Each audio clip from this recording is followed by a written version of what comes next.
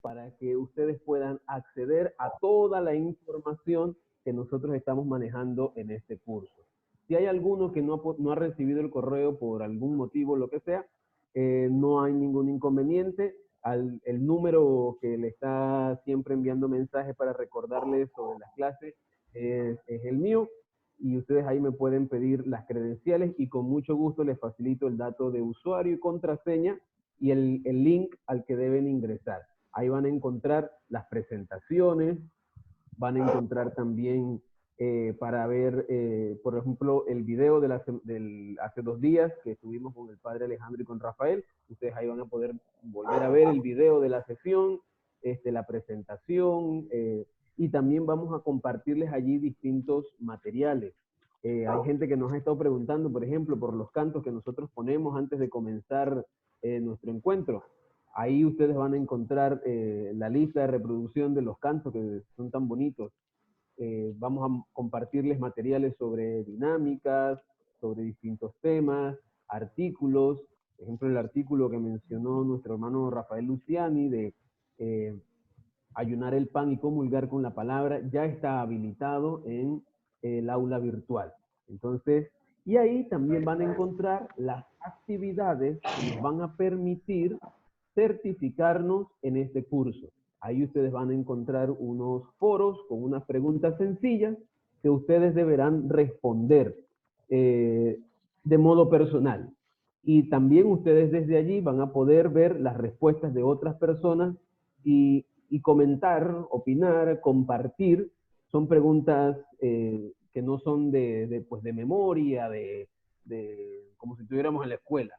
No, es una pregunta de tu realidad, de acuerdo a lo que nosotros hemos estado viendo a lo largo del curso. Así que les invito a que, si no han podido entrar en el aula virtual, pueden solicitarnos su dato de usuario y contraseña y nosotros se lo compartimos. Sin más, Juan, nuestro hermano... Ajá, señora Juan, Abigail. ajá, disculpa Juan, yo sí entré a esa aula virtual y sí vi el artículo del doctor Luciani y también vi la pregunta. Esa pregunta yo la contesté. Eso es lo que se tiene que hacer, ¿verdad? Correcto. Y ahí Ajá, nosotros vamos validando quiénes son las personas que han estado entrando, que han estado participando, y las que van a ser, las que van entonces a completar la certificación una vez terminemos el curso. Entonces, listo. les animamos a entrar al aula virtual. Ajá, gracias. A su orden. Hermano Frank Castillo, bienvenido. Hola, buenas, espero que me escuchen. Perfectamente. Ok. Sí, clarito todo. Ah, perfecto, muy bien. Bueno, entonces no sé si empiezo, Juan Bautista. Adelante. Bueno, en primer lugar, saludarlos a todas y a todos. Para mí es una alegría y un orgullo estar con ustedes. Me siento muy confortado, muy animado. La verdad es que cuando me lo plantearon un conocido y compatriota mío que radica en Panamá, Vladimir Valladares, y que Juan Bautista vio a bien y compartir con ustedes, me llenó mucho de alegría y de consolación en el Señor. Eh, Les cuento un poquito de mi vida para que sepamos y entremos más en confianza. Y antes de dar un poquito de mi vida, agradecerle al párroco o al grupo de párrocos que los están incentivando para la formación. Yo sí creo que en la Iglesia Católica, nuestra Iglesia es santa, pero también al mismo tiempo hay momentos que se han cometido algunos errores. Y la formación es uno de esos faltas de esos errores. Y aquí se está intentando formar a los laicos. Los laicos bien formados somos semilla de un cristianismo más maduro, más comprometido, de un catolicismo más experienciado y menos teórico. Yo creo que es importante eso y agradecerle. Desde Juan Bautista, que vio bien que estuviera acá, y el párroco de su comunidad, y a ustedes que me van a escuchar, espero no aburrirlos. Francisco Ismael Castillo Valle, tengo 39 años, casado, tengo una bebé de 4 añitos, está siendo mi luz en mi vida. Tengo unas formaciones, una maestría en teología latinoamericana por la Universidad Centroamericana aquí de El Salvador, la UCA, que coordinan los padres jesuitas. Tengo una licenciatura en teología pastoral por la Universidad Don Bosco, de los salesianos de aquí del país. Un poco de conocimiento sobre ingeniería, estudié un par de años esas ramas del conocimiento, la filosofía igual. También me gusta bastante la sociología y la política, y soy aficionado a la física aplicada. Me gustan mucho los números. Eso hablando y maestro, como ya decía Juan Bautista, trabajo en el Colegio Estrano San José de la Compañía de Jesús aquí en El Salvador, de los jesuitas. Sería el Liceo Javier, donde estaba el padre la vez pasada, el Colegio Javier de Panamá. Conozco ese colegio, he visitado Panamá unas 2 o 3 veces. Si puedo, voy a visitar la parroquia un día donde están ustedes. Si puedo, llego por ahí. Ahí veo como para conocer, porque esto es bonito. Entonces, eh, eso en mi vida, digamos, familiar y profesional, pero mi vida pastoral en la parroquia de San Luis Mariona, desde el año 2002-2003, el proceso de conversión me llevó a meterme a la parroquia de lleno, a tal grado que hizo de mi vida algo nuevo. Allí he sido asesor de grupos juveniles y coordinador de pastoral juvenil. Primero fui coordinador de la pastoral juvenil de mi parroquia, de mi comunidad. Después de eso fui asesor de la pastoral juvenil a nivel parroquial. Teníamos 17 grupos juveniles en nuestra parroquia. Después de eso me hice asesor de la pastoral juvenil vicarial de las 10 parroquias vecinas de mi zona. Y después un rato que compartí en el equipo arquidiocesano de pastoral juvenil. Y si me preguntan, en el aspecto pastoral, mi mayor fuerte ha sido con la juventud. Y cuando me comentaron que iba a ser un taller sobre el liderazgo para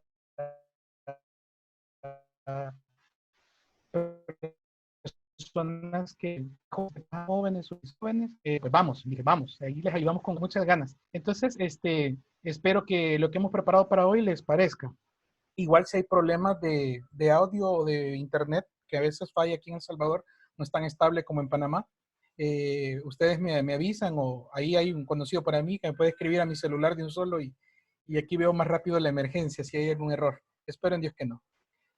Me pidieron que hablara de 2 cosas y antes de empezarla formalmente, yo le hice llegar a Juan Bautista un escrito de un par de paginitas, no sé si son como 4 o 5 paginitas, donde yo escribí lo que voy a hablar. Él se las va a facilitar, vamos a pedir que se las facilite a todos, como un buen resumen de lo que yo voy a hablar. Ese texto escrito tiene 5 pasos, que es la metodología que la Pastoral Juvenil Latinoamericana utiliza para preparar las reuniones y las formaciones de los jóvenes. Tiene 5 momentos. Ahí ustedes los van a ir viendo y leyendo. Yo me voy a enfocar ahora un poco en el paso 2 y 3. La metodología de la pastoral juvenil se la van a enseñar o hablar de métodos para la evangelización. Es ver, juzgar, actuar, revisar y celebrar. Yo me voy a centrar en el juzgar y en el actuar. El ver lo leen ustedes ahí y se los adelanto rapidito. Hago un pequeño contexto de una página contando un poco la situación actual del mundo. El mundo en la pandemia, el mundo en un mundo globalizado, tecnócrata, en un mundo que deprada el medio ambiente, en un mundo donde la gente vale por tener dinero y no por ser persona. En esa realidad que nos movemos ahorita, es la primera parte. La segunda parte, que es el juzgar, es donde yo me voy a adentrar ahora con ustedes. Y el tema que vamos a compartir es la centralidad del reino de Dios en la vida de Jesús, que va a ser la primera parte, y la segunda parte va a ser el principio de misericordia, como el motor para hablar de la praxis cristiana. Cuando digo praxis me refiero a la forma en que nosotros practicamos las obras de caridad, la pastoral social, el apostolado, etcétera, la forma del servicio cristiano, ¿ya? Entonces, estoy en aprendizaje de esto de las tecnologías. Voy a intentar compartir un PowerPoint que tengo acá, como es un esquemita de lo que yo voy a hablarles. Vamos a ver, el anfitrión inhabilitó. ¿Me puede autorizar, Juan Bautista, la función de compartir las pantallas? Dice. Por favor. Listo, ya, fue habilitado. Ok, gracias. Perfecto, aquí va.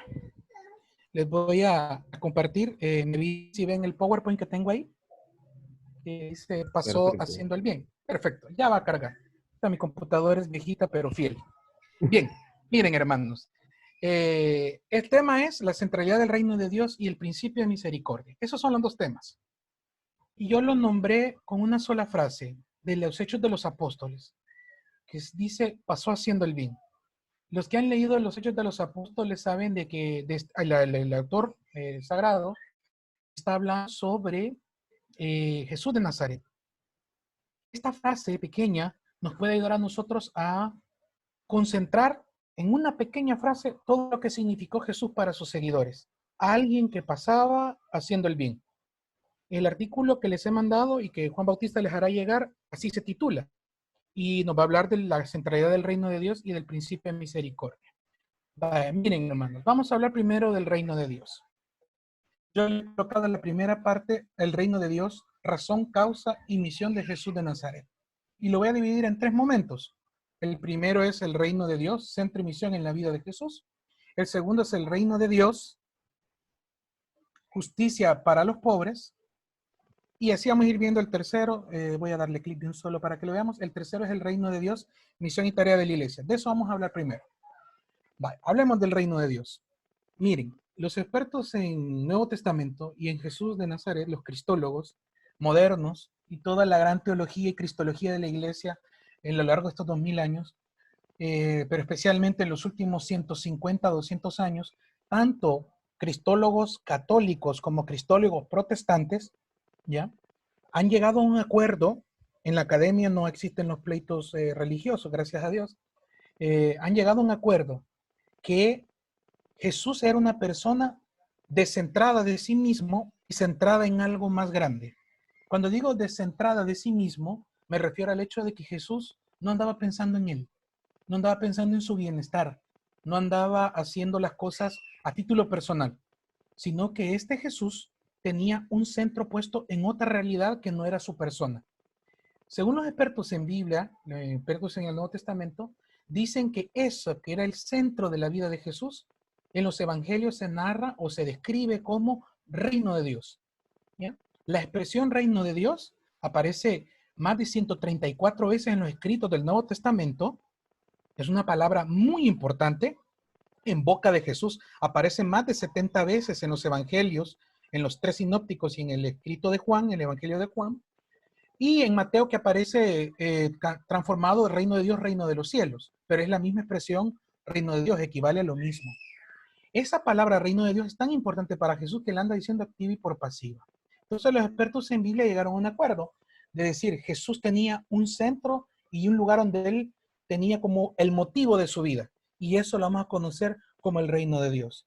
Jesús tiene una causa. Entonces aquí vienen las preguntas que nos podemos hacer. ¿En qué consiste esa causa? ¿Cómo es esa causa? ¿Qué es el reino de Dios?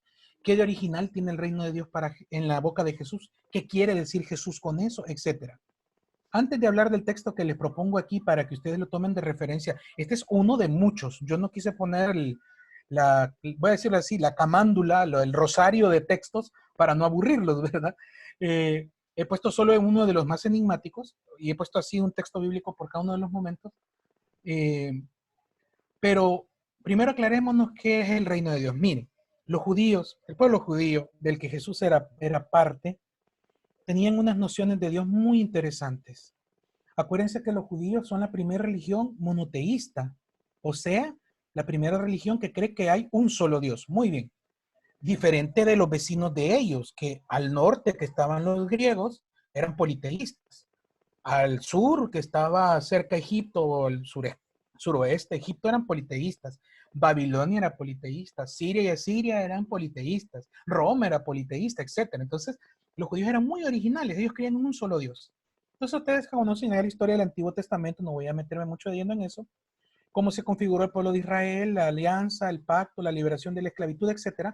Y ellos llegan a confrontar su fe con la realidad que ellos están viviendo. Y llegan a tener un sueño y una utopía.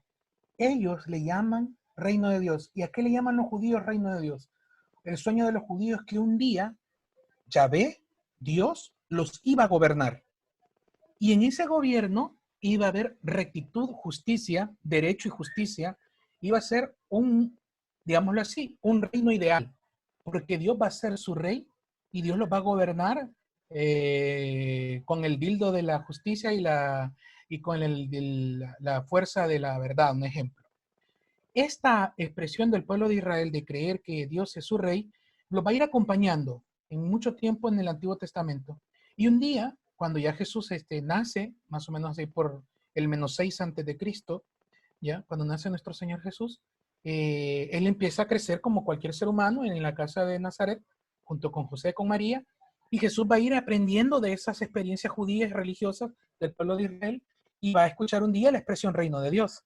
Y a Jesús le va a llegar ese concepto como la gran aspiración que un día los judíos van a dejar de ser gobernados por hombres, por imperios de fuera, como Roma en el tiempo de Jesús, y van a ser gobernados por Dios.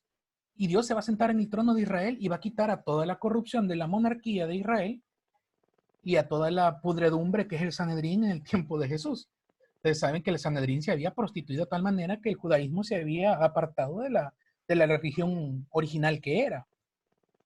Entonces, el reino de Dios es como el sueño de los judíos, de que un día Dios los gobierne. Pues bien, un día Jesús decide salir de su casa, empezar su misión. Ustedes ya conocen los relatos. Yo me voy a centrar en el de Lucas y les aclaro que me voy a centrar mucho en el Evangelio de Lucas y puedo hacer algún salto a alguno de los sinópticos. Si en algún momento utilizo Juan, les comento. Pero me voy a manejar más cómodamente en Lucas. Y ustedes conocen que en el Evangelio de Lucas, en el capítulo 4, verso 14 al 21, está el texto de enigmático, cuando dice el Espíritu del Señor está sobre mí, Él me ha ungido para traer buena noticia a los pobres, bueno, etcétera, etcétera, etcétera. Los que ya conocen saben de que este texto está posterior al texto de la tentación en el desierto. ¿Se acuerdan? ¿Ya? En otro paralelo, y está cuando Jesús llega a Nazaret a querer predicar. Entonces, llega a Nazaret, le dan el libro del profeta Isaías. Si ustedes quieren ver el texto original, es el capítulo 61 de Isaías, y Jesús lee esto. Y viene Jesús y predica y habla, y la gente no predica, lee el texto, se queda callado, y la gente dice el texto que se le quedó viendo a Jesús, y Jesús les dice, hoy se cumplen estas promesas que ustedes acaban de escuchar. Este texto de Lucas 4, 14, 21, muchos cristólogos lo colocan como un itinerario de la vida de Jesús. En pequeño, estos versos que les he colocado acá nos demuestran cuál va a ser la misión de Jesús. Y si ustedes lo ven, dice, Dios lo ha elegido. ¿Para qué? Para traer buena noticia. Evangelio o evangelio, como lo decimos nosotros. Una buena noticia, ¿qué significa? Una buena noticia hoy sería que mañana nos levantemos, ustedes en Ciudad de Panamá o en Panamá donde están, y yo aquí en San Salvador, y digan, científico de tal laboratorio encontró la vacuna al coronavirus y la van a hacer gratis para todo el planeta. Y ya la tenemos. Una gran noticia, ¿ya? Para todos.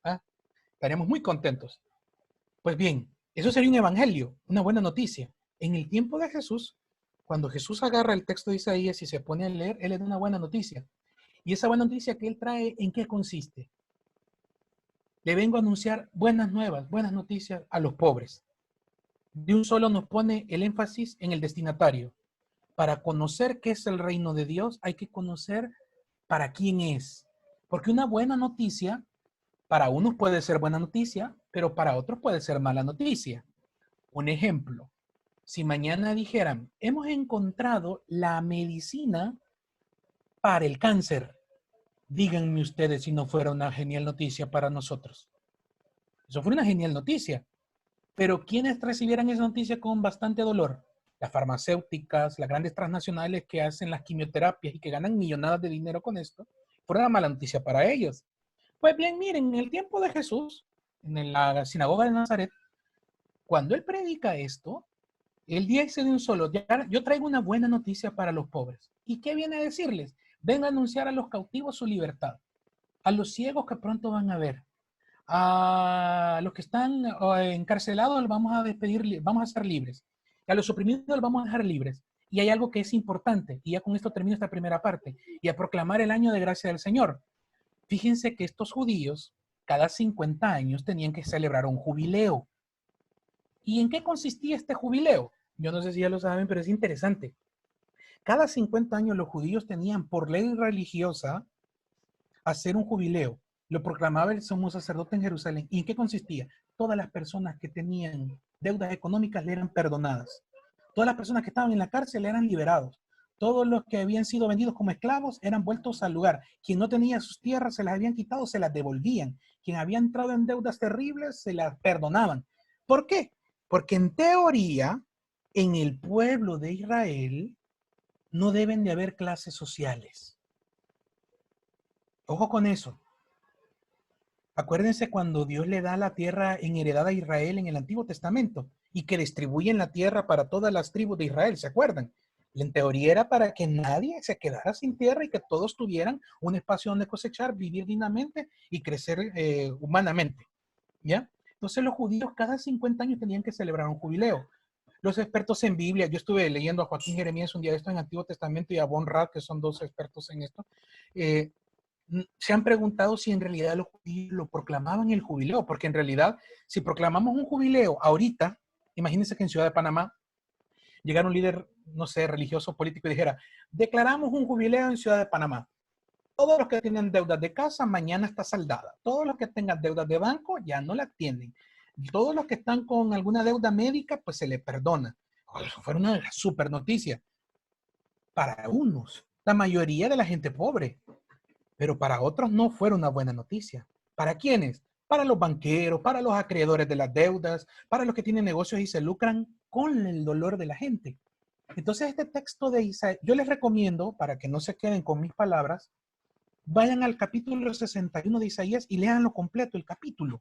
Y verán que Isaías, acuérdense que Isaías es un profeta. Y los profetas son duros para predicar la voluntad del Señor. Digo duros en el sentido que son celosos de Dios.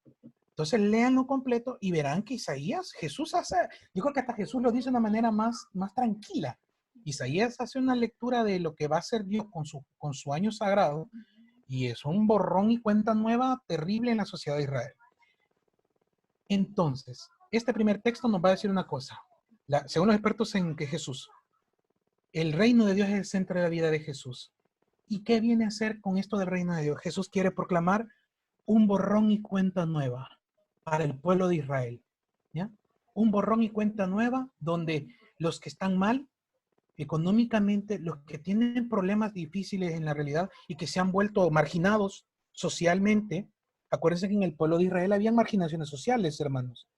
Estar enfermo no era como en nuestras realidades ahora. Estar enfermo en el tiempo de Jesús era ser maldito y por lo tanto, estar enfermo era ser excluido, no tenía derecho de nada. Un leproso tenía que irse del pueblo y no poder entrar al pueblo y cuando entraban con una campana gritando impuro, como que era una vaca, una campana en el cuello, impuro, impuro, impuro, para que la gente se alejara y pudiera entrar a agarrar agua, a agarrar comida si la familia le había dejado. En el tiempo de Jesús existía eso. ¿Ya? Ojalá cuando ya tengamos el COVID cerca no estigmaticemos a nadie, porque esto puede pasar a ver también en el futuro. Pero bueno, este primer texto nos ubica que hay un Jesús que trae una misión por proclamar, que es el reino de Dios, y trae un destinatario, que son los pobres. Y el segundo punto, ustedes ven ahí, el reino de Dios es justicia para los pobres. Miren, yo me podría poner a explicarles un montón de textos para poder decir de que Dios sabiamente ha optado por los marginados. Como bien decía el padre, la vez no vamos a caer en el exceso. Jesús no lo era. Pero el mensaje de Jesús sí tiene implicaciones políticas. ¿Saben por qué, hermanos? Porque en el pueblo de Jesús, la política y la religión son lo mismo. No están separados. Porque creen de que el Deuteronomio es un montón de leyes que parece una constitución, los que no han leído.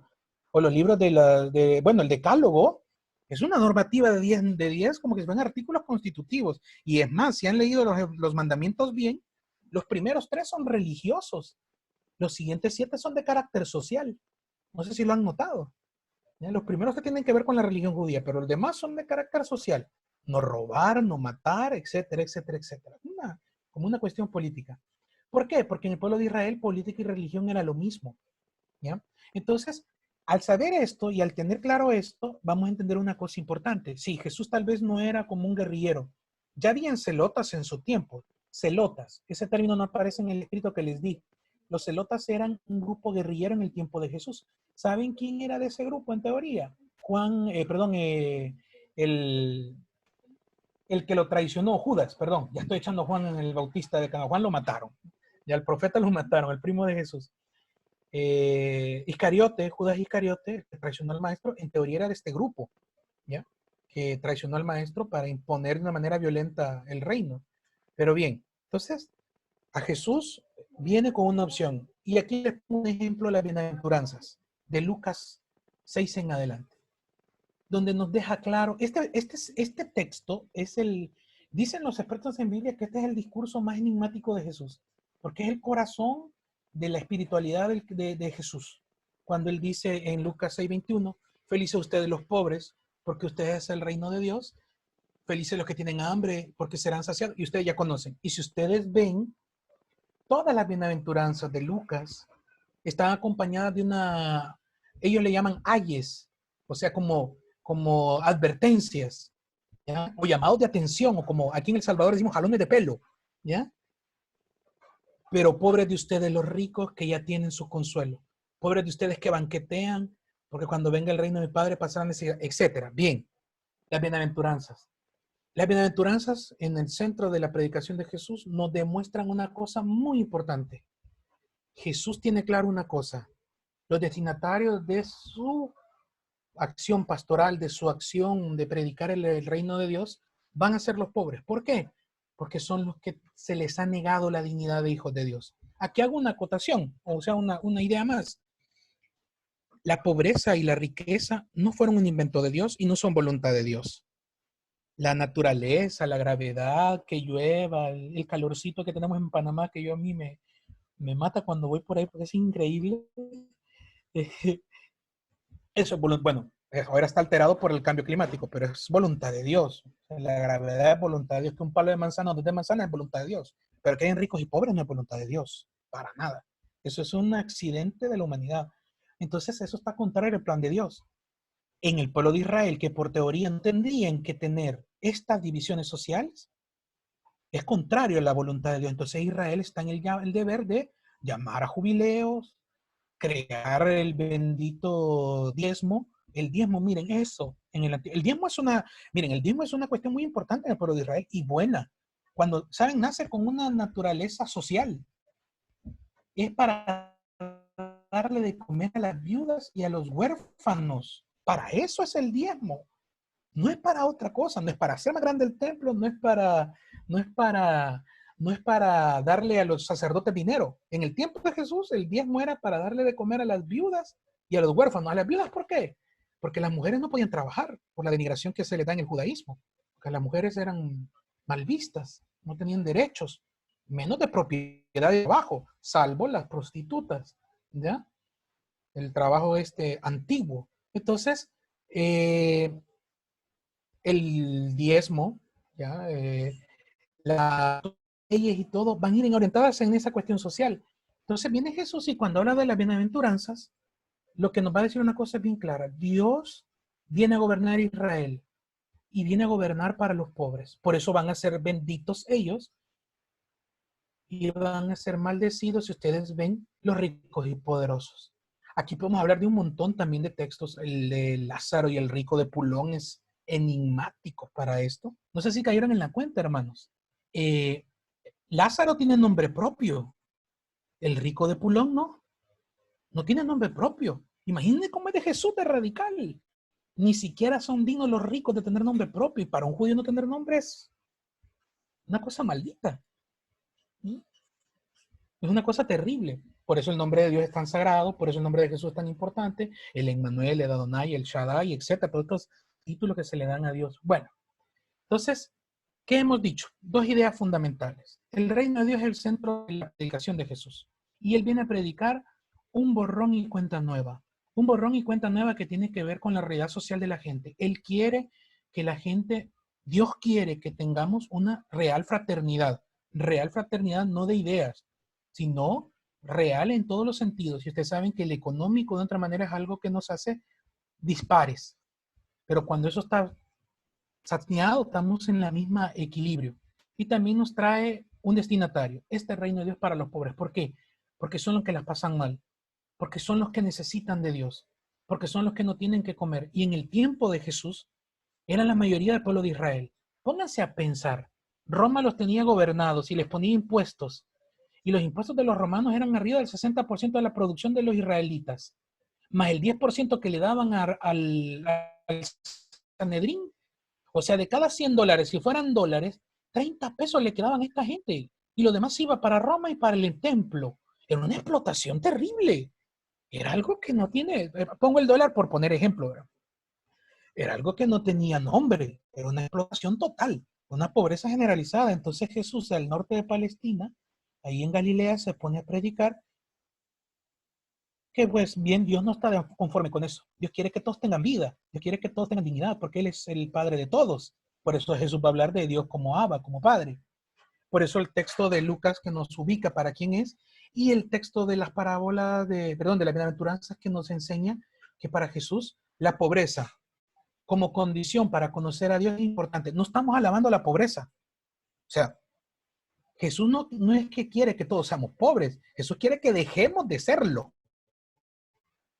Porque la pobreza es contraria al plan de Dios. Si el reino de Dios es el centro de la vida de Jesús, si los pobres son el centro y el destinatario del reino de Dios, entonces el deber de una pastoral juvenil, el deber de una pastoral familiar, como miraba por ahí que algunos pertenecen, el deber de una parroquia, el deber de las órdenes de la iglesia, el deber de la iglesia, nuestra madre iglesia, debe de ser ¿cuál? Pues el reino de Dios que él predicó y los destinatarios que él predicó, a los que le sirvió. Por eso, miren, yo aquí he puesto, aquí coloco la idea de magisterio de la iglesia. No, en el texto que van a leer va una cita del compendio de doctrina social de la iglesia que sintetiza muy bien y nos dice, sí, el reino de Dios es el centro de la vida de Jesús, dicen los obispos y dicen los papas y los cardenales. Nuestro deber es servir y seguir y propiciar este reino con todas las tareas de la iglesia de evangelización y servir a los que el Señor sirvió, ¿ya? Entonces ahí les coloco unos textos, solo ustedes los van a leer. El deber entonces de la iglesia es como Jesús de servir al reino de Dios, ¿ya? Y como estamos hablando de evangelización con jóvenes, yo edité un libro que se llama Civilización del Amor, Tarea y Esperanza. Ahí, si ustedes lo pueden conseguir, consíganlo, los que evangelizan con jóvenes. Es un libro que les cuenta un poco cómo se ha llegado a evangelizar a los jóvenes en la iglesia, en la pastora juvenil. Da un recorrido histórico, metodologías y todo esto muy bueno. Y aquí les explico un ejemplo para que vean que yo no estoy inventando nada, que el reino de Dios es el gran proyecto del Padre, la gran utopía de ser una familia de hijos y hermanos, un hogar para la humanidad liberada de toda opresión, etc. Porque hay que ser sinceros, hermanos. La mayor opresión que tenemos es la económica. Hay seres humanos que la pasan muy mal. Hoy van a morir 30.000 personas por hambre. Ni el coronavirus es tan efectivo, ¿ya?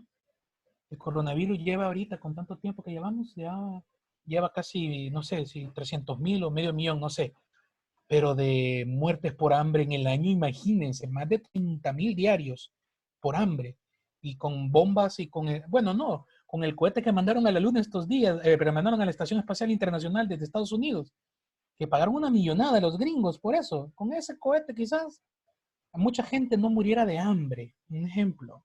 Entonces, el magisterio de la iglesia nos va a enseñar que el deber del cristianismo, del catolicismo, es servir a este reino. ¿Cómo? Anunciando el reino de justicia, de igualdad y de paz que Jesús predica. Ustedes pueden ver los milagros, las prédicas, la multiplicación de los panes. Van a entender por qué los panes ahora, por qué Jesús da de comer. No es un rico el que tiene hambre, son pobres los que tienen hambre, ¿ya? En el pueblo de Jesús estar enfermo era estar maldito, ya lo decía, y eran excluidos, por lo tanto no tenían derecho a nada. Entonces el reino de Dios va a significar darle lugar a los que son marginados.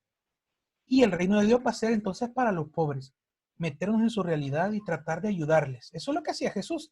Hay un texto no lo coloqué acá, fíjense, se me olvidó, y si ustedes me acuerdan y me mandan un mensaje del Evangelio, cuando Jesús dice que no le quedaba tiempo ni de reclinar la cabeza, ni de dormir, porque tenía que andarle sirviendo a la gente, y que Jesús se quiere cruzar al lago y evitarlos. ¿Se acuerdan? Y que Jesús dice, vámonos al otro lado. Ya Jesús estaba cansado. Se sube al barco y se va, y la gente le da vuelta al lago y llega al otro lado con Jesús, y Jesús dice que anda el pueblo como deja sin pastor, y se movió a misericordia por ellos, ¿ya? Entonces, ¿cuál es el deber de la iglesia y de las pastorales? Hacer del reino de Dios el centro de la vida de la pastoral, hacer del reino de Dios y de su opción por los pobres el centro de la dinámica pastoral. Una pastoral juvenil, un grupo de jóvenes o personas que quieran evangelizar a jóvenes no deben de perder este horizonte, porque miren, yo he descubierto una cosa en todos estos años. Los jóvenes a veces están desencantados con la iglesia. Los jóvenes muchas veces ya no creen en la iglesia, pero Jesús siempre los atrae y los seduce. Si hay algo que me gustó del anterior encuentro que yo estuve ahí para ver un poco el ambiente, cuando les dijeron, no me acuerdo si fue el padre o si fue el laico en Venezuela, que le decía, leer los evangelios, porque Jesús seduce. Eso puede ayudar mucho a los jóvenes para que ellos vayan descubriendo de que en Jesús no hay doble moral, que Jesús trata de ser objetivo con Dios. Por eso les coloco los textos del CELAM en el tema de juventud para que ustedes vayan conociendo y viendo de que este es un deber de todos nosotros. Entrar en la dinámica de que nuestros grupos, nuestras pastorales, nuestros movimientos sean grupos donde se busque hacer del reino de Dios el centro, buscar la justicia de Dios y el derecho y poner al pobre como el centro de nuestra acción pastoral. Ahora, yo sé que hablo demasiado y si ya me toca callar me dicen, voy a hablar del principio de misericordia, la tercera parte. Entonces aquí viene la pregunta. Va. Si nos está diciendo Francisco de que Jesús hizo del centro de Dios, Jesús hizo del reino de Dios el centro de su vida, que Jesús hizo de los pobres sus destinatarios y son la gente, ¿ya? Bueno, antes de eso y que se me olvide la idea, ya cayeron en la cuenta cuántos de los discípulos de Jesús eran ricos. Hermanos, ninguno. Ninguno. ¿Saben quién es el único que entró y que no fue discípulo del maestro, ni siquiera lo conoció y que no era pobre? Pablo. Pablo era ciudadano romano, te había comprado, es como ser ahora ciudadano norteamericano. Aquí en mi país, quien tiene una ciudadanía norteamericana es casi que te sacaste la lotería, te puedes ir y te vas de todo este problema social que tenemos en El Salvador, no sé, en Panamá, ¿verdad? Con historias que han tenido ustedes con el gobierno gringo. ¿Ya? Pero Pablo era ciudadano romano y tenía una formación académica muy fuerte. Los discípulos de Jesús eran pescadores, analfabetas, agricultores, etc.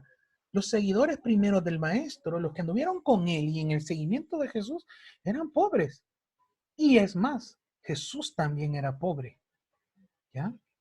Jesús también era pobre. Entonces eso debe de también a nosotros en cuestionarnos en una cosa. ¿Por qué Dios, para redimir este mundo, se encarnó en los pobres? Eso es bien importante que lo tomemos en cuenta, hermanos. ¿Ya? Dios, yo sé que nadie quiere ser pobre, pero Dios tomó esa naturaleza y desde ahí nos quiso salvar con Jesús nuestro Señor. Y al asumir esa realidad es porque desde ahí Dios quiere salvarnos. Como quien dice nosotros, con nuestras pastorales, nuestras formas de vida, nuestro trabajo, nuestra familia, nuestro esposo, nuestra esposa, nuestros hijos y todo, tenemos que hacer un esfuerzo por servir, por ayudar, por buscar el bien de todos y de todas. Por eso en la parte del principio de misericordia serían como unas pautas que yo les quiero contar rapidito de cómo hacer del principio de misericordia, perdón, el motor y la inspiración de una praxis de pastoral juvenil o de grupos que traten de evangelizar a jóvenes. Vale, la tarea de la pastoral juvenil y de cualquier pastoral en la iglesia es anunciar el reino de Dios y hacerlo palpable. ¿Ya? Ese es lo primero. Estas ideas que están aquí las van a encontrar en el artículo que les estoy dando. ¿Ya? Algunas que digo aquí no, pero la mayoría que están escritas van a estar en lo que les voy a regalar después. ¿Cuál es el deber entonces de las pastorales? Buscar lugares donde uno pueda servir a excluidos. ¿Ya? Buscar lugares donde uno pueda hacer apostolado social por la gente que la pasa mal. No podemos tener pastorales donde no sirvamos a la gente necesitada. No podemos ir al templo, a la adoración eucarística, a la Eucaristía, sin servir a la gente que la pasa mal. No podemos hacer planes pastorales si no hacemos de la realidad de la gente circundante a la parroquia donde estamos, a donde nos reunimos como comunidad, etcétera. No podemos, perdón por el ruido ambiental, no podemos hacer eso de ir al templo si no servimos a los pobres. Entonces, el primer motor que debe de inspirar a las pastorales juveniles y a los grupos y a las pastorales de las parroquias debe de ser la misericordia. Y cuando hablamos de misericordia, ¿qué estamos diciendo? Miren, yo les voy a dar dos pautas y ya casi con esto termino para que empecemos ahí si tienen preguntas o dudas y no aburrirlos. Venía de grabar un video antes sobre el Jesús histórico con unos amigos que estamos transmitiendo y ya ando un poco cansado, ya me veo un café y no me despierto. Bueno, veamos. Primera pauta. Jesús sentía misericordia por su pueblo. Ese es el texto de, permítame un segundito, hermanos, se me falló esto. Aquí quiero mover esto. Marcos 15:32. Y es el texto que les decía, cuando Jesús tiene compasión por su gente y hace la multiplicación de los panes. ¿Se acuerdan?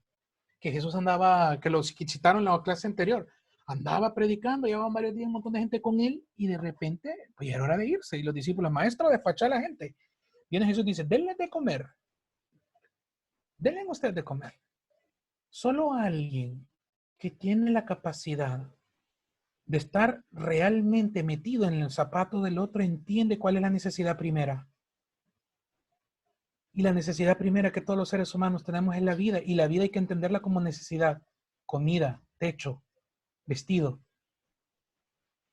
Por eso, lo decía la vez pasada y ahora lo traigo de nuevo. En el texto de Mateo del juicio final, Dios no nos pregunta si hemos ido al templo. Dios nos pregunta si dimos de comer. Nos pregunta si vestimos al que no tenía. Si fuimos a ver al que estaba preso, etc. Entonces, Jesús sentía compasión a tal grado que se sentía llamado él a tomar parte de las situaciones de su pueblo y cuando no tenían que comer, él decía, tenían que comer. Y el texto nos dice que un niño se acercó, tenía 5 panes, 2 peces, lo dio y empezó Jesús a dar gracias y la solidaridad se hizo grande que todos comieron y acertaron que sobraron un montón de canastos. ¿Ya? Ese principio de misericordia tiene que ser una característica de las pastorales juveniles, de los grupos de catequesis y de toda pastora de la iglesia. Tener la capacidad y la empatía con la gente que no tiene. Con la gente que no tiene. ¿Ya? Muchas veces la gente deja de creer en Dios y en la iglesia porque decimos una cosa y actuamos de otra, en muchos aspectos. Esa empatía falta mucho, ¿ya? Lo digo por hablando de El Salvador, no conozco mucho la realidad eclesial de Panamá, salvo unos detallitos, pero me imagino que hay mucha gente que piensa que cumplir con el precepto y ser católico es ir a la misa, al rosario, a la adoración al Santísimo y a la oración de comunidad y se acabó a la catequesis. Eso es solo una parte de la vida cristiana. La otra parte tiene que ver primero con la empatía, con el dolor. Este texto yo lo coloco de Jesús sentía misericordia porque miren, hermanos, los judíos, para los judíos el centro del ser humano no está en el corazón, fíjense, está en las entrañas, que serían nuestros intestinos. Es como el centro de ellos. Y dice el texto de Marcos 15 de que Jesús se le movieron las entrañas internamente al ver la necesidad de la gente. Como quien dice lo más profundo de él. Sintió compasión por el otro y se movió a tal grado que le dijo a los discípulos, bueno, dejen de comer ustedes, rebúsquense, hagan algo. ¿Ya? Y los discípulos, maestros, necesitamos tanta plata para darle de comer a todos, ¿verdad? Y viene Jesús y empieza a hacer el milagro de los panes, que es la solidaridad compartida. Otro texto enigmático, y con este cierro, para darle espacio si tienen alguna pregunta. ¿Qué significa hacer de las pastorales juveniles un espacio donde practiquemos el reino de Dios y la opción por los pobres? Actuar misericordiosamente con los caídos del camino. Este texto del buen samaritano, hermanos, cuando necesiten ustedes un poco profundizar en su praxis cristiana, léanlo despacito en oración y en silencio. Este texto es una elocuencia de los escritores sagrados para nosotros. Miren que no está arbitrariamente escrito y es muy buena la parábola. Acuérdense, hay un hombre que va de camino, lo asaltan, lo dejan medio muerto, pasa un sacerdote. Si lo actualizamos ahora sería, pasa el obispo tal, pasa el cardenal tal, pasa el párroco tal, lo vio, le dio una vuelta y se fue. No dicen por qué, pero cuando les pregunto a mis alumnos jóvenes, ¿qué creen que iba a hacer el sacerdote? Quizás celebrar misa, Frank, me dicen ellos, ¿verdad? No entiendo. Y los judíos también tenían sus liturgias, ¿ya? De seguro este sacerdote judío tenía que ir a hacer algo de su liturgia religiosa. Después el texto dice que pasa un levita. ¿Quiénes serían los levitas? Los expertos en la ley, los teólogos modernos, Francisco Castillo, Vladimir Valladares, que está por ahí, y estos que se la jactan de saber mucho de la Biblia y todo eso. ¿Lo vieron? Dieron una vuelta y se fueron. Bien, Jesús sigue. Y viene después el texto y dice, y pasa un samaritano, hermanos. ¿Quiénes eran los samaritanos? Los judíos les tenían asco, por decir una palabra fina, hermanos. Los judíos eran una miseria los samaritanos eran una miseria para los judíos. Lo miraban como ateos. Oigan bien el término, porque no creían en el Dios de Israel.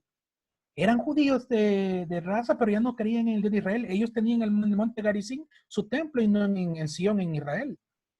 Ellos decían que los samaritanos eran malditos, que eran una basura. Pues viene Jesús y dice, pasa el samaritano, ve al que está caído del camino, ¿y qué hace, hermanos? Lo atiende, lo venda, lo lleva a un posadero, le da plata, cuando pase te pago si hace falta. O sea, se salió de su camino. ¿Dónde iba este samaritano? No sabemos. Pero vino y sintió compasión y se movió. Y dice Jesús, ¿quién crees que fue prójimo con el que, porque está hablando con un fariseo, ¿quién fue prójimo con el que estaba caído en el camino? Él vino y le dijo, el que fue compasivo con él. Pues entonces viene Jesús y vete y tú a lo mismo. Si aplicamos esto a la realidad de nuestra iglesia, no podemos nosotros ser cristianos si preferimos ir a la misa y no servir a los prójimos que están pobres a nuestra par. Esto es serio. Y esto no es un invento mío. Ahí está el texto de Lucas y ustedes pueden confrontar en sus Biblias. Yo puse la versión latinoamericana, miren, lo he leído en la versión de Jerusalén, lo he leído en latín, en griego, en arameo, y la misma fuerte tiene este texto. ¿Ya? Y es fuerte porque nos hace ver una cosa. Al final, es la compasión con el otro, con el que no tiene a nadie de su lado, lo que nos va a diferenciar de los demás. Como quien dice, yo le digo a los jóvenes, una vez nos fuimos a construir una casa a unos abuelos en la pastoral, y no pudimos llegar a la misa en la mañana y un padre mayor se molestó un poco. Pero después nos fuimos a la misa de tarde, un domingo, y yo le dije, padre, los muchachos fueron a cumplir con Dios. Fueron a arreglar la casa unos ancianos que no podían estar porque era una champita, porque ya estaba cayendo, pero aquí venimos a la misa. Y vieran que los jóvenes cómo se alegran cuando el apostolado social es acompañado, porque ellos ven que en el mundo hay mucha hipocresía cuando se habla de estas cosas y cuando uno se pone a tratar con ellos de enseñarles que siendo solidarios el mundo puede ser más lindo de lo que Dios lo hizo y menos feo de como lo estamos haciendo los seres humanos, los jóvenes descubren que ellos pueden encontrar la vocación de su vida. Entonces, recapitulando, para que una pastoral sea centrada en la praxis de la misericordia de Jesús, tiene que tener la capacidad de dos cosas. Una, sentir compasión, meterme en el dolor del otro. Y no solo sentirla, sino que salirme de mi camino y ponerme en el camino del otro. Saber ayudar, solidarizarme, saber llevar hasta la medida que uno puede, ayudar a la gente que le falte algo. A veces solo los mayores de edad solo necesitan que alguien los escuche un rato. Los asilos de ancianos necesitan que lleguen los abuelitos necesitan que lleguen jóvenes a hablar con ellos. A veces solo eso ayuda mucho, etcétera. Entonces, recapitulando, esa es la idea cuando hablamos de que el reino es el centro de Jesús. Ojo, que el reino de Jesús es iniciativa de Dios, pero el centro la tiene la misma realidad del pobre. Cuando Jesús predica, cuando Jesús habla del reino, lo que quiere es que los que están mal estén bien. Y solo les recuerdo algo, porque esto puede sonar muy drástico. El joven rico. ¿Se acuerdan del texto del joven rico? ¿Ya? Un joven rico se acerca a Jesús y le dice, maestro, bueno, ¿qué debo de hacer para seguirte? ¿Se acuerdan? Y Jesús le dice, cumple la ley, cumple los profetas. Y le dijo el joven, lo cumplo. ¿Y qué le dijo Jesús? Solamente te falta una cosa. Vete, vende todo lo que tienes, dáselo a los pobres y sígueme.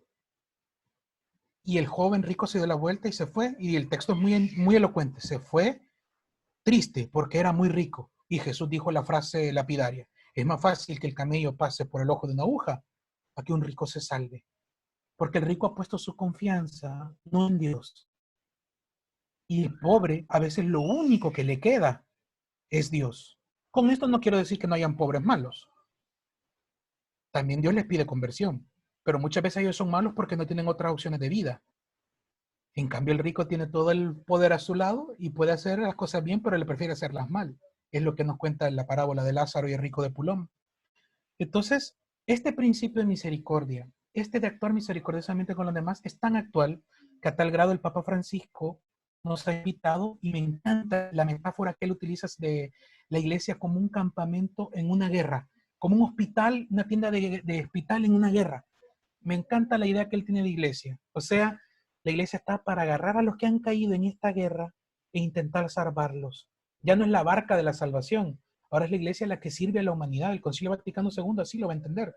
La iglesia está para servir a la humanidad, ¿ya? Por eso nuestra iglesia tiene todos los servicios apostolados que tiene el servicio, que hospitales, que dicasterios de medicina, que hogares de niños, de ancianos, etcétera. Bueno, entonces, y también las pastorales tienen que ser estos espacios de donde la misericordia se haga palpable, y así hablamos más de Dios que con prédicas, así hablamos más de Dios que con grandes discursos teológicos. Entonces, es vital que los jóvenes les enseñemos eso, porque estamos en una etapa generacional donde la fe antes no era más fácil de transmitir de nuestros abuelos a nosotros, nuestras madres a nosotros. Nuestros jóvenes ya no. Ahora ellos, de la comunicación digital, ellos accesan información que ustedes y yo a la edad de ellos no tuvimos. Hay chicos que a los 12, 13, 14 años ya me dicen, no, Dios es un invento de la religión. No, Dios es esto, Dios es aquello. Ya empiezan a leer cosas. Entonces se les hace el acceso a la información más fácil que a nosotros. Entonces, ¿cuál es nuestra herramienta pastoral para combatir no solo el desencanto de la fe en los jóvenes, sino también el sinsentido que muchas veces hay en este mundo? El servicio a la gente que no tiene, ¿ya? El servicio a los demás. Por eso hablamos del texto de la misericordia de Jesús y del texto de el buen samaritano, ¿ya? Jesús nos dice, sí, la religión es importante, pero es más importante el servicio a los demás. O yo diría más importante, yo diría que un equilibrio sano. De no es malo estar en la iglesia, pero tampoco es malo ir a ayudarle a alguien. Hagamos las dos cosas y lo que vamos a ganar es tranquilidad. Tranquilidad en el corazón de saber que estamos intentando cumplirle a Dios. Esas son las ideas que quería compartirles. Si hay dudas o preguntas, yo con gusto las puedo escuchar. Y como les digo, esto está en un escrito que se les va a hacer llegar a todos para que lo lean. E igual, ustedes pueden confrontar, lean la Biblia. Lean el Nuevo Testamento, lean un evangelio. El de Marcos es el más cortito, ¿ya? Y ahí van citas de los libros del magisterio. Solo les puse 2. Ya con eso que ustedes empiecen a leerlos es bastante. Y si quieren profundizar más, me pueden decir y con gusto se lo hacemos llegar. Me callo porque si no Juan Bautista me regaña. Muchísimas gracias, Frank. No sé si ahorita puedes deshabilitar para que pueda salir Ahorita, todo el mundo en la pantalla. Ahorita, espera, aquí dice, deja de, yo creo que es aquí, ahí está. Listo, muy bien. Ahí está. Ha habido algunos aportes acá por fuera en el chat, algunas personas han escrito. Queremos en primer lugar invitar a los que quieran hacer algún comentario, algún aporte, alguna pregunta que tengan. En este momento pueden habilitar su micrófono y Frank les va a contestar las preguntas que ustedes tengan a bien compartir. El diácono Crócamo ha levantado la mano. Bienvenido, diácono Carlos. Adelante, puede habilitar su micrófono. Buenas noches, pase bien a todos. Buenas noches. Un pensamiento, hermano. ¿Habría la necesidad de reinventar la pastoral juvenil en nuestro tiempo? He tenido experiencia de trabajo con jóvenes en tiempos atrás y veo que cada vez siempre es algo novedoso. No podemos estar compartiendo con ellos de una forma igualita como lo hacíamos antes. El joven, como usted dice, se cuestiona, busca, investiga. Ahora pues cuestiona hasta la estructura, porque muchas veces están en una estructura que no responde a ese día de hoy, que le exige un compromiso más profundo, porque la palabra así nos invita. No sé si ha encontrado esa experiencia de reinventar la pastoral juvenil en nuestros días. Yo pensaría que no sé si la palabra reinvención es válida. Yo diría renovación de nuestras pastorales y me parece adecuado. Saben, en el colegio donde trabajo tenemos un grupo de jóvenes y cuando lo empezamos hace como 13 años, empezamos a formar a los liderazgos. La idea es que los jóvenes vayan dando la formación a los propios jóvenes. Entonces nosotros nos dedicamos a formar porque yo ya no tengo pelo, ya tengo canas, barba, ya estoy más viejito, ¿ya? Estos jóvenes tienen que 15, 14 años y le escuchan Francisco, este es profe aburrido y esto en la iglesia pasa. En cambio escuchan a otro joven hablarle de Jesús, es más cuestionante. ¿Qué quiero decir con esto? Nuestras pastorales deben de ser espacios donde los jóvenes tengan voz y potenciar los liderazgos. la formación, no cerrar la polémica, porque bien decía el hermano Carlos, los jóvenes cuestionan todo. O sea, hay mujeres que cuestionan, un ejemplo ahora, porque nuestra iglesia católica mantiene modelos patriarcados en el servicio. Porque las mujeres no pueden llegar a ser servidoras en el altar. Yo sé que muchos de los aquí presentes van a decir, no, no, porque no lo hemos hecho así. Y muchos jóvenes van a decir, ¿por qué no? No es justo, porque Dios nos ama a todos. Entonces, es irse abriendo estos espacios. Por ejemplo, yo he aprendido, un ejemplo, en el grupo que tenemos de jóvenes en el colegio, la mayoría son mujeres. Y la mayoría de los liderazgos son de mujeres, igual que en las primeras comunidades cristianas. Ya lo vamos a hablar en un futuro, porque me ha invitado Juan para hablar de orígenes cristianos en un futuro, y le voy a contar un poquito de eso. Entonces, sí, hermano Carlos, yo sí creo que hay que renovar, nosotros formarnos, este espacio que ustedes están teniendo acá de aprendizaje, no cerrarnos, no tenemos la verdad absoluta de Dios, a Dios lo vamos a ir conociendo todos los días, todo lo que tenemos que profundizar en Él, Dios nos va convirtiendo a diario, significa que las pastorales tienen que irse renovando, renovando en el sentido de que todo su deber que hacen, toda su pastoral, no quitarles también el contacto con la realidad de la gente. Los chicos se van a sentir más útiles. Miren, los jóvenes se acercan más donde se sienten útiles. Pero si el joven solo llega a sentarse, si solo llega a escuchar, se aburre. En cambio, si el joven llega a servir, a ayudar, si el chico puede tocar la guitarra, deje lo que toque rock en la iglesia. Mejor que esté en la iglesia y no en otros lados. ¿Ya? Porque la iglesia es madre y la madre acoge al bueno y al malo, ¿verdad? Entonces, sí, yo creo que la palabra sería renovarnos y que se busquen mecanismos para que sea más democrática las cosas, ¿verdad? Que los jóvenes se sientan incluidos y no excluidos, ¿verdad? Que se sientan aceptados, respetados. Y eso no significa que nosotros no les vamos a enseñar la riqueza y el tesoro que tenemos, que es nuestro Señor, ¿verdad? Que es el único tesoro que tenemos. Vamos a predicarles eso, esperando en Dios que a su tiempo, este trigo del fruto, ¿verdad? Este trigo del fruto de que un día estos muchachos lleguen a estar comprometidos. ¿Ya? Se los digo yo, que yo antes no andaba metido en estas cosas. Para mí esto era una cosa ridícula. Y vino un día Dios y pues sí, lo seduce a uno que después no lo quiere dejar. Bueno, no sé si hay más preguntas. O creo que habían unas escritas, me decían. No sé si las leo yo o ustedes. No te escuchamos, Juan Bautista. Sí, Habilita sí, tu... sí, ya me Ahí di está. cuenta, ya me di cuenta. Muchas gracias, muchas gracias. Nuestra hermana Abigail, no sé si quiere Abigail presentarla o las leo. Usted puede, para que comparte un poquito de su opinión, Abigail. Gracias. Sí, hola, buenas noches, Frank. Muy interesante. Sé que la formación que hizo es bastante basada en los jóvenes, porque es la experiencia. Yo de lo que he visto en mi parroquia de las pastorales juveniles y de los que son más jóvenes son de la confirmación. Es Ok. cierto que ellos necesitan el contacto con las personas.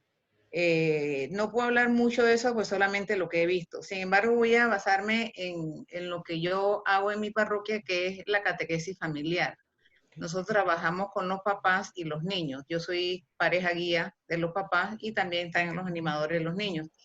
Y nosotros tuvimos desde ya hace 3 años experiencia de llevar a esos papás, a esos niños, a las diferentes comunidades que están alrededor de la parroquia, que son comunidades bien humildes, para que ellos vean la realidad de lo que es el centro de una familia, que yo pienso que ese es mi centro, mi universo y que todos pueden vivir igual que yo, pero no, ellos van a estas comunidades y se dan cuenta de que la realidad es otra.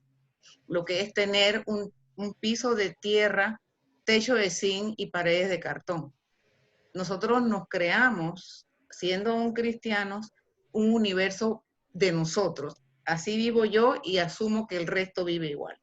Entonces, es muy importante tanto para la juventud como para estos padres de familia que ellos vean la realidad, que es el reino de Dios, como usted decía, que ha venido por el necesitado, el que sufre, ¿sí? Y hacernos solidarios con esa eh, población, pues, que está en necesidad. Muy bien, también yo puse ahí es el magisterio de la iglesia. Eso se compra, es un libro donde tú compras eso, porque lo he escuchado muchas veces y estoy interesada en conseguirlo. Sí, en las librerías católicas de El Salvador está el compendio. Si Juan Bautista no lo tiene, yo se lo hago llegar en digital. Se puede descargar, pero si gustan, yo se lo hago llegar y con gusto ya ustedes lo tienen en digital después, ¿para qué lo suben los recursos? Es un libro difícil, miren, no es difícil de leer, lo único que es como el lenguaje de la iglesia a veces es un poquito técnico. Entonces yo les invito a que cuando tengan un tema de interés, vean el índice y se vayan primero los numerales y después vayan leyendo poco a poco. Este libro es como la enseñanza de los papas sobre temas sociales, o sea, qué piensa la iglesia sobre la pobreza, sobre la política, sobre cualquier tema de actualidad. Un ejemplo ahorita, en el compendio no está actualizado, faltaría que esté la encíclica Laudato Si del Papa Francisco, que es la carta de la Madre Tierra y la defensa de la iglesia, ¿ya? Entonces, ahí dando el gran problema. Y no lo consigue. Te perdimos, Frank. Lo perdimos. Te perdimos. Estoy todavía aquí. No te hemos perdido Hola, del hola. todo. Yo estoy todavía acá. No te has perdido. Te has salvado. Ok, todavía Gracias. estoy acá. Sí, que se pone inestable estoy, disculpen. Bueno. Pero si hay más preguntas, con gusto. También, Frank, perdona, Frank, me estoy extendiendo un poquito, quizás haya otras personas que quieran hacer preguntas. Yo también puse ahí que la iglesia en muchos casos es muy clericalista. En el caso que tú pusiste de que se fueron los muchachos contigo a hacer unas casas y cuando llegaron el padre se puso bravo porque no había ido a la Eucaristía y ustedes fueron en la tarde. Pero yo pregunto, ¿qué es más importante? Este trabajo que hicieron con la persona necesitada que necesitaba una casa y fueron a hacerla. Como nos dice, nos dice Jesús, tenemos que ver al necesitado y estar con ellos, ser solidarios. ¿Sí? Entonces, el artículo que mandó el doctor Luciani, que es sobre que ahora hay que ayunar del pan y aprender a acumular con la palabra. Un artículo muy interesante y que nos habla de esta posición ahora mismo de la iglesia. ¿Sí? En que muchos no creen que que solamente hay que estar presente para comulgar, pero ¿qué pasó con la palabra? Sí, comulgar el cuerpo de Cristo nos abre el camino la palabra. Entonces, no solamente tenemos que vivir de ese pan, sino también de la palabra. Entonces, sí, claro. Yo le diría, mire, ideal es tener un equilibrio sano. O sea, no somos activistas sociales, no somos una ONG, somos una comunidad de fe y nuestro motor es nuestro Señor, quien nos inspire es Jesús. Cuando veamos una necesidad y creamos que con los jóvenes o con la comunidad podemos ayudar, hagámoslo. Claro. Sean católicos, evangélicos, creyentes, no creyentes, de buena... Bueno, acordémonos de Jesús. Jesús andaba, lo acusaban de andar con prostitutas, como bien dijo el padre la vez pasada, ¿verdad? Bueno, sí, como lo dijo él, y con publicanos, etcétera. Bueno, recaudar impuestos, todo. Exacto. Entonces, yo diría un equilibrio. No se trata de qué es más importante. Se trata de que la Eucaristía cobra más cuerpo, cobra más riqueza y más sabor, vamos a decirlo así, el pan, cuando nosotros estamos sirviendo a los demás y, como usted bien decía, comulgar es, o sea, no sé si lo han caído en la cuenta y no sé si hay un tema de sacramentos en la matriz, pero comulgar el cuerpo de Cristo es intentar vivir como Jesús vivió. Y no es un momento mágico, es un compromiso que yo asumo todos los domingos, cada vez que comulgo, de que en la semana me voy a ir a mi trabajo, a mi familia, con la gente que vivo, etcétera, etcétera, a intentar vivir de una manera solidaria, respetuosa y fraterna. Como quien dice, servir y donde haya necesidad ayudar. Correcto. Sobre todo ayudar de una manera silenciosa, ¿verdad? Evitar las pompas. Y con los grupos de jóvenes, cuando ustedes se encuentren en los espacios, bueno, darles el lugar, o incluso con los mayores, como usted mencionaba, las pastorales familiares, esto es para todos, esto es para todos. Sí, sí, sí. Muchas gracias, Frank. Gracias, María, Frank. Gracias, Abigail. María José ha levantado la mano también para hacer una consulta. Adelante. Hola, Frank. Mucho gusto, compatriota. Yo también soy salvadoreña. Hola, mucho gusto. Me he radicado acá en Panamá y en una capilla perteneciente a la parroquia de Nuestra Señora de Belén, al grupo de jóvenes. Me he dado cuenta, pues yo no soy tan mayor, tengo apenas 29 años, soy una bebé todavía.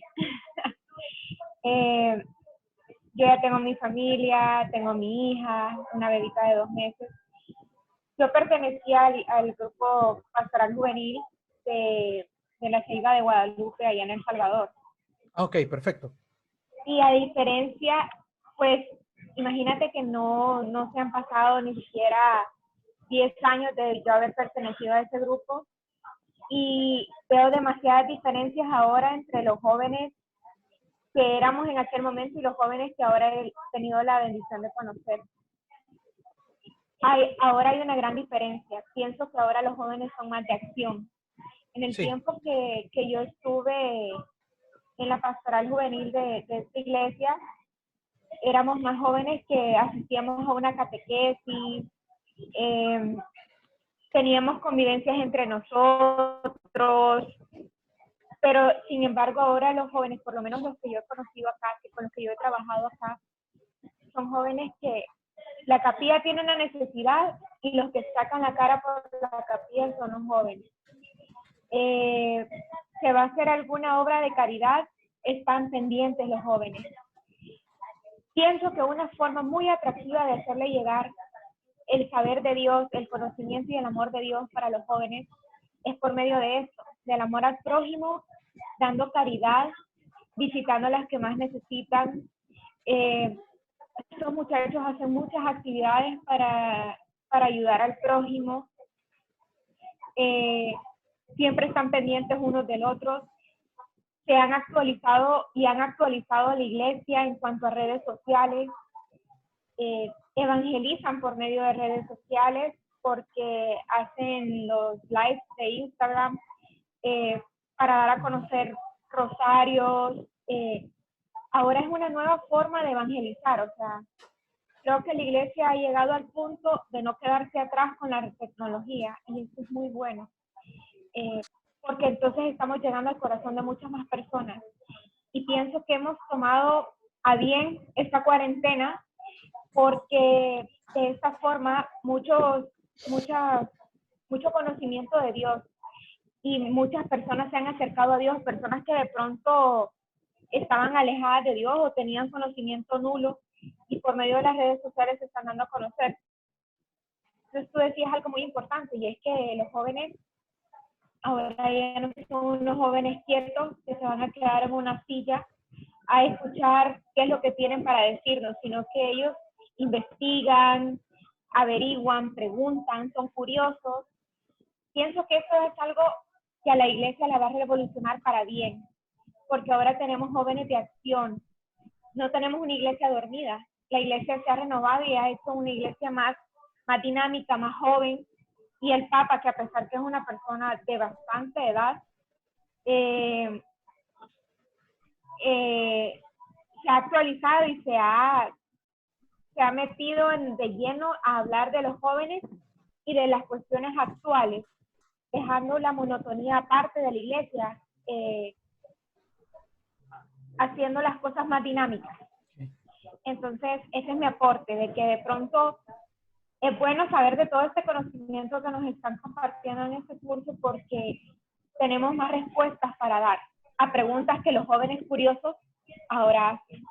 Muchas gracias y buenas noches. Muchas gracias, María José. Antes, justamente tomando en cuenta lo que acaba de decir María José, de que hay preguntas que los jóvenes hacen, nos llega una pregunta de una niña de 10 años, que vale la pena compartirla, que es, ella, me imagino que la niña está escuchando este curso, y a la niña escuchándote, te pregunta, ¿y cómo fue que se hizo la Biblia? ¿Si fueron los discípulos de Jesús?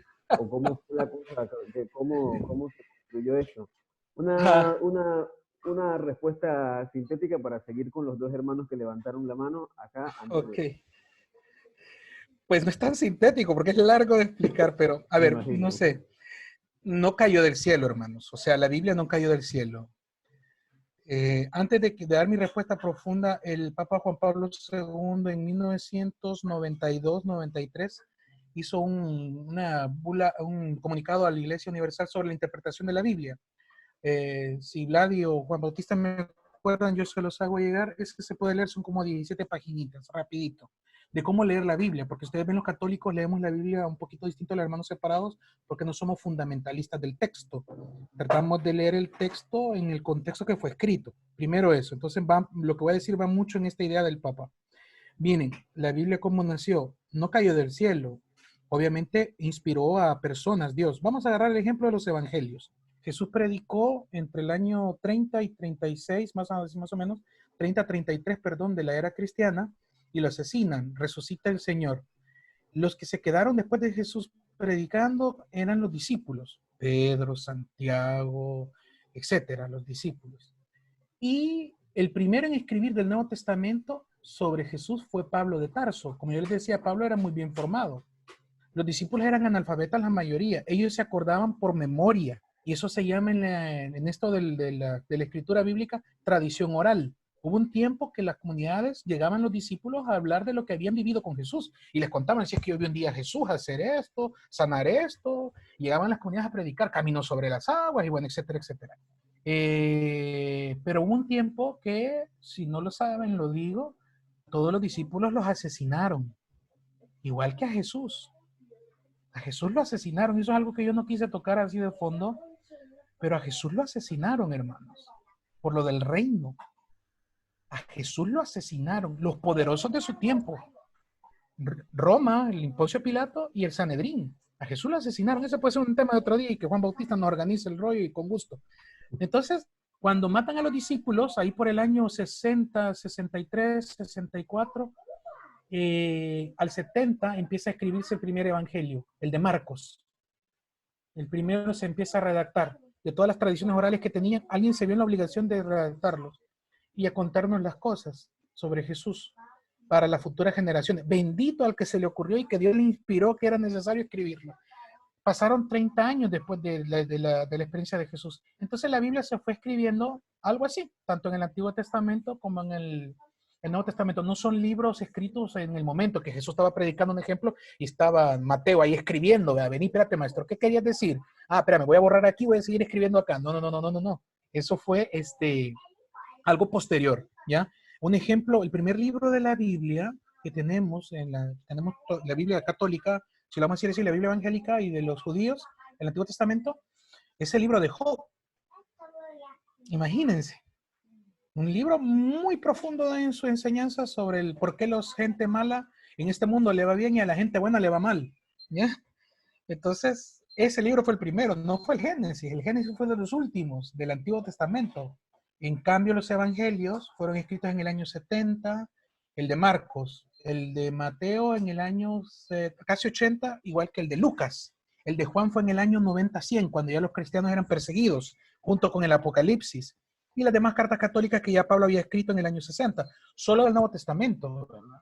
Entonces fueron escritos posteriores de hombres y mujeres inspirados por Dios que recordaron las historias orales de los discípulos, hablando de los evangelios, y las transcribieron las historias. Por eso en algunos vamos a encontrar alguna contradicción o que o profundiza más en una cosa que otro. Un ejemplo, los relatos de la resurrección, en unos tienen más carnita para conocer la historia y otros son muy directos. No, Jesús resucitó al tercer día y se acabó. Marcos es bien directo, ¿verdad?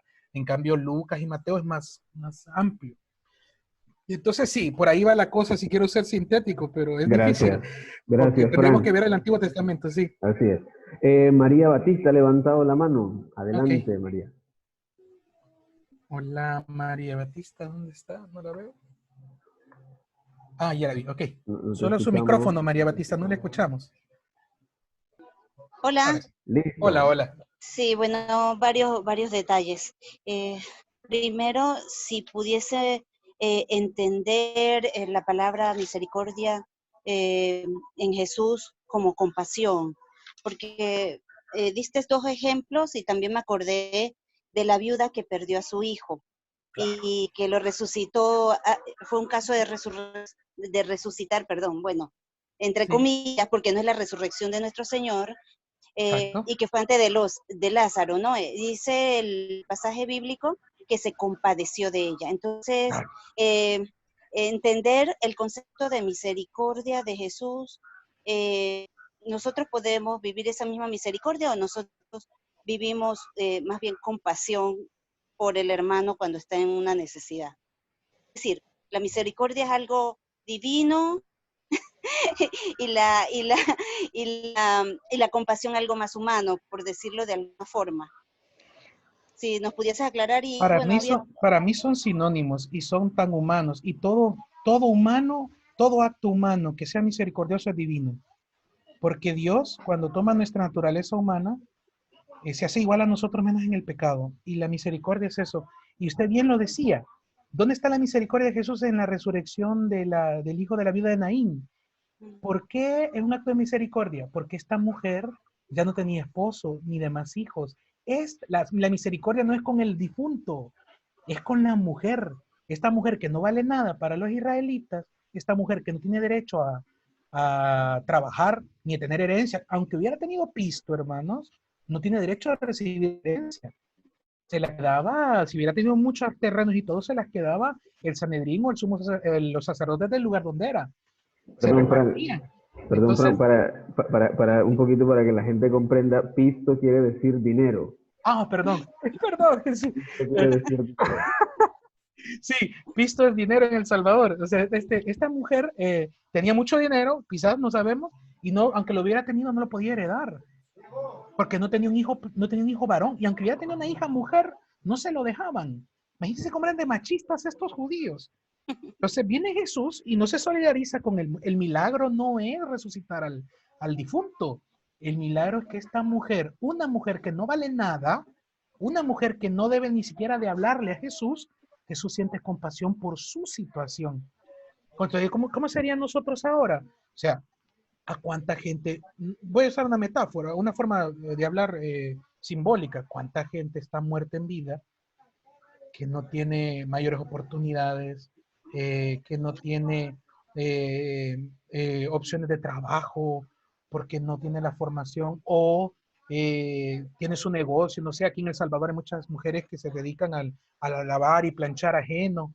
O sea, un ejemplo, si en Panamá se puede, pues venga, hermana, va a lavar y planchar a mi casa y la comunidad ahí la está esperando. Y en vez de lavar, venga, siéntese, coma con nosotros. Hoy se acabó, hoy no va a lavar y siempre le vamos a pagar su día para que se vaya tranquila a su casa ahora y más descansada y se dedique a sus hijos, y que esté tranquilo un ratito para olvidarse un rato del ajetreo diario. No sé, estoy hablando en el aire, pero la misericordia es eso, el hecho de ponernos en el lugar del otro y de decir qué puedo hacer, ¿verdad? Y bien lo decía usted, y ponía un ejemplo muy bueno de la mujer que ha perdido a su hijo, que ya no tenía nada, viene Jesús y se lo resucita para decirle, Dios está contigo. Me imagino la cara de los discípulos. No, el milagro no es, y les repito, que él haya levantado un muerto. El milagro es que Jesús escuche a una mujer y se ponga en su lugar. ¿Cuándo un judío? ¿Cuándo un maestro? ¿Cuándo un fariseo? ¿Cuándo el Sanedrín va a ponerle el lugar a una mujer? Nunca. Viene Jesús y dice, pues bueno, yo te voy a servir. O sea, como quien dice, hasta donde menos le esperamos, estamos llamados al servicio. ¿Ya? Así es, Fran, y fíjate Bueno. que tomando en cuenta lo que, perdón, María, tomando en cuenta lo que estás diciendo, nos han compartido un comentario que es bastante puntual. ¿Sí? Un joven, como muchos que hay no solo en Panamá, sino en distintos lugares, practican mucho el tema de las perforaciones en el cuerpo, usan piercing y llegan a una catequesis, llegan a la parroquia, llegan a la iglesia. Nos pregunta Victoria de Sandoval, a estos jóvenes que vienen, y lógicamente vienen buscando, ¿cómo los abordamos? ¿Cómo ponemos en práctica el reino de Dios del que nos has hablado y el principio de misericordia? ¿Qué haría Jesús? Y cabello pintado, agrega Abigail. No, ¿qué haría Jesús? Preguntémonos eso, hermanos. O sea, a Jesús, si lo vamos a ver de una manera, siempre cuando, yo siempre lo digo para mí, para las personas que me preguntan esto, siempre preguntémonos qué haría Jesús en estas circunstancias. O sea, cuando la necesidad o los problemas nos vengan, ¿qué haría el Señor?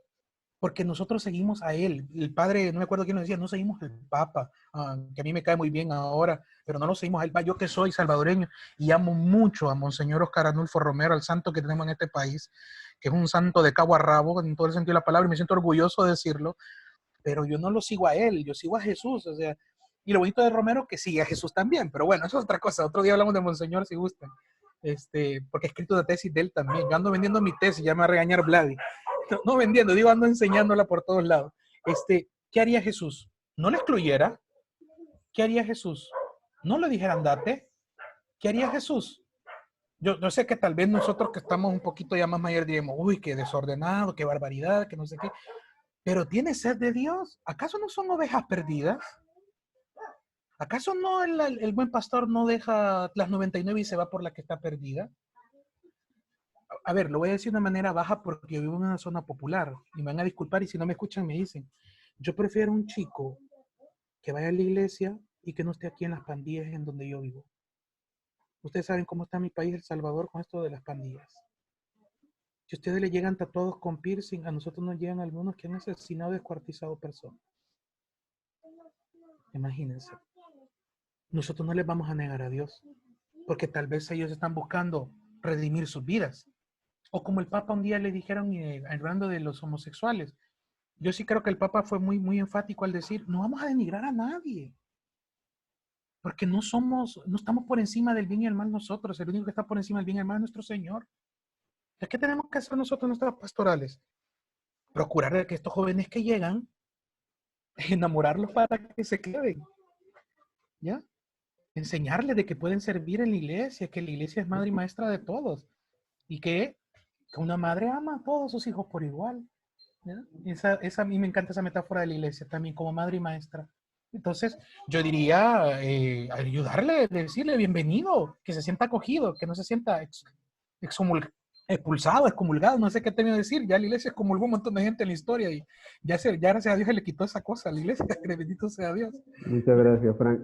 Fíjate, y para agregar a esto, el padre Ovidio, que está acá presente, nos ha enviado un comentario que nos ayuda un poco a profundizar también en que lo importante no son estas cosas exteriores. Dice el padre Ovidio, colocado aquí en el chat, hay que evitar la tentación de que hacer pastoral juvenil es entretener a los jóvenes para que no se aburran. Podemos adaptarnos a los nuevos tiempos sin minimizar las exigencias del evangelio. Uno no es joven porque cede a lo que todo el mundo le ofrece. Agradecemos al padre esta aportación. Ricardo había levantado la mano, nuestro hermano Ricardo Cruz, que se conecta. Antes que Ricardo, lo que yo le decía, o sea, no vamos el tesoro que tenemos no lo vamos a echar en saco roto, les dije, y nuestro tesoro es Jesús. O sea, un joven va a llegar a la iglesia y nuestra mejor oferta y lo que es innegociable para nosotros es nuestro Señor. Nuestro objetivo es que ellos conozcan, que crezcan, sigan, y si es posible, bueno, sería que se enamoren y que sigan al Señor. Si logramos eso, bendito sea el Señor, ¿ya? Porque ese es nuestro objetivo, ¿ya? Ese es el objetivo. Un joven en la iglesia es mucho mejor que en otros lugares, ¿sí? Pero sí tiene toda la razón el padre. Sí, vamos con antes de Ricardo, bueno, acá también están, para que sepas que ya están pidiendo la tesis. ¿Perdón? Para que sepas que acá ya están pidiendo la tesis. Oh, Dios mío, va a ver si la hago llegar. Con gusto, sobre Monseñor Romero y Jesús de Nazaret. Ok. Ánimo, Ricardo. Frank, de verdad, muy interesante todo lo que nos acabas de exponer. Saludos a nuestro querido y bien recordado padre Ovidio. Qué bueno verlo por estos medios. Yo quiero ser puntual en dos cosas. Es importante, en todo eso que has dicho, que la pastoral juvenil debe tener también una reflexión política. A nosotros, y lo puede decir Gustavo, que está ahí también, hemos intentado hacer en dos oportunidades, dos proyectos, uno de un centro de atención integral y la primera vez la que nos bloqueó fue la iglesia. Fue muy interesante eso porque hacen falta cursos como este, ¿no? Que abran esa mirada social, que nos hagan discernir a todos. La segunda, que Juan Bautista pues, nos apoyó ahí con un tema, también fue bloqueada por la iglesia, a tal punto de que tuvimos que apelar al párroco para que nos prestara el lugar. Y un catequista, formador de pastoral juvenil, dijo que si eso no era de la iglesia, él no participaba y no mandaba a sus jóvenes. Y realmente cuánto nos hace falta, ¿no? Que nos inserten en esa realidad política y que no haya ninguna diferencia, porque eso forma parte del todo del desarrollo humano. De hecho, si Dios se hizo hombre, todo lo humano habla de Dios. Entonces, valioso lo que acabas de decir. Sí. No, yo solo les recuerdo lo que les decía, una de las ideas que les dije al inicio. En el pueblo de Jesús, en el tiempo de Jesús, política y religión es lo mismo. Por eso el Antiguo Testamento tiene muchos libros que parecen una constitución, que parecen un montón de normas, no están separadas. Y a tal grado que La religión es la vida política del pueblo de Israel, por lo tanto no está separado. O sea, Jesús cuando predica habla de Dios, pero tiene implicaciones políticas. Eso no significa que vamos a hacer política partidaria o hablar de X por político en la iglesia. No, no. Se trata de iluminar las cosas malas de la realidad. Tal vez, Ricardo, y gracias por su aporte, en el tema que les mando por escrito a todos, ahí que se lo va a hacer Juan Bautista, lo que he hablado yo, hago una parte del ver, juzgar, actuar, en teoría que va con la metodología de la pastoral juvenil. Sé que hay parroquias, sé que hay sacerdotes, sé que hay órdenes religiosas, y también, sobre todo, sé que hay obispos que están en contra de estas cosas porque están acostumbrados a una iglesia antigua. El Vaticano II nos dio la pauta no de hablar de política, no me entiendan mal. El Vaticano II nos hizo aterrizar en la realidad. Ellos hablan un símbolo, hablan del signo de los tiempos. El signo de los tiempos de este mundo, ¿cuál? Pues bueno, en nuestra América Latina es la pobreza. Y ese signo de los tiempos no es de Dios. Dios no quiere eso. Dios no quiere que haya gente que esté muriendo de hambre. Entonces, ¿cuál es el deber de la iglesia? Luchar contra ese signo de los tiempos para transformarlo. Entonces, eso se va haciendo poco a poco con formación. Mi consejo es conocer el magisterio de la iglesia, conocer el Vaticano II, conocer los escritos de los papas y ver que, como bien tú decías, Ricardo, nos guste o no nos guste, todo es política. Todo. Nada es arbitrario a ella y es una totalidad. Y Dios se hizo hombre en Jesús y formó parte de una historia, de un pueblo y una cultura y de una política como la de Israel de su tiempo. Entonces nuestro deber es actuar como Él actuó en esas realidades, ¿verdad? Tratando de evangelizarlas nosotros. En el caso de Jesús, de transformarlas con el reino, ¿verdad? Así es. Nuestro hermano Alexis, de hecho, nos invita a concretar una idea muy, muy buena, muy valiosa que nos comparte el hermano Alexis aquí en el chat. Un cuestionamiento que también puede ser una idea. ¿Por qué a nivel de nuestras parroquias no se solicita el diezmo y solo pedimos limosna? En estos tiempos de la pandemia nos ayudaría a responder a muchas familias, tomando en cuenta el origen histórico del Sí, diezmo del que diezmo, ha como les dicho, comentaban, sí. ha dicho Fran. Miren, no sé qué decirlo. Yo por ejemplo, aquí en mi país son los hermanos evangélicos los que tienen más la tradición de cobrar el diezmo ahora, del 10% de los ingresos de las personas. En la Iglesia Católica nos manejamos con ofrendas, ¿verdad? Yo diría de que no es necesario ni siquiera ponernos de acuerdo, el grupo, la comunidad, el grupo de jóvenes o de la pastoral familiar. O sea, miren, nos dimos cuenta que una familia, aunque no sea católica, pero no tiene trabajo, le falta, no sé, arepas, no sé si era algo así que comen ustedes ahí, no me acuerdo muy bien. Le faltan aquí en El Salvador los frijoles, ¿ya? Entonces, juntémosle, llevémosle. Y no llevemos más empanadas, dice, muy bien. Llevémosle los frijoles, las empanadas, y aquí se los manda Dios. O sea, no se preocupe, es un regalo, una bendición de Dios y se acabó, ¿verdad? Porque yo creo que a veces se nos olvida lo humano que es esto. Y no le tengamos miedo a decir lo humano, que entre más humano es un acto, es más espiritual. Y ese es un tema que yo creo que a veces falta, que a veces vemos que el activismo social no es espiritual, y no, hermanos. Es tan espiritual en la profundidad del acto del otro, el servir al otro, porque nos hace ver limitados, que no podemos salvar, no podemos ayudar a todo el mundo que quisiéramos, y nos hace meter y decir, agradecidos, puchica, por lo menos a mí no me falta algo. O sea, yo puedo ayudar a otros y no me falta nada, o me falta lo mínimo. Y hay gente que ni lo mínimo tiene. Entonces, nos hace ser a los jóvenes. Miren que eso es una gran catequesis, porque empiezan a valorar hasta el esfuerzo de sus papás después. Y los jóvenes que pasan ahí que les sirve mucho. Entonces, sí, yo sí creeré que se trata de eso, de solidarizarnos. Ya si se llega a una magnitud de parroquia entera tratando de tener un fondo común o víveres comunes para ayudar a gente, mucho que mejor, ¿verdad? Mucho que mejor. Frank, te agradezco muchísimo, en nombre de todo el grupo de los que estamos acá, el acompañamiento que nos has dado el día de hoy con este tema tan maravilloso del reino de Dios y el principio de misericordia. Al aula virtual vamos a estar subiendo toda la información que hemos compartido el día de hoy. Yo personalmente quiero agradecerle también a nuestro hermano Vladimir Valladares, también salvadoreño, que ha estado escuchando estas ponencias y que también va a ser el Estaba último escuchando ponente. para que no dijera herejías. Eso es lo que me dijo. Estoy seguro que he estado pendiente. Vladimir nos ha facilitado a través de su empresa, que es Didascalia, que se dedica a la promoción del aprendizaje, de experiencias de aprendizaje significativo, nos han facilitado de un modo muy generoso estas aulas virtuales en las que todos vamos a poder acceder a la información que vamos a compartir. Así que queremos agradecerle a Vladimir esta ayuda tan valiosa que nos da. Nuevamente, para recordar a los que no han podido escuchar, cualquiera que no haya podido recibir el correo en el que nosotros les enviamos los datos para entrar al aula virtual, puede escribirnos y con mucho gusto se lo facilitamos. El correo puede ser que les llegue ya a la bandeja de entrada, en algunos casos se les llega al correo no deseado, al spam. Ustedes revisen, si no está en ningún lado, nosotros se lo facilitamos.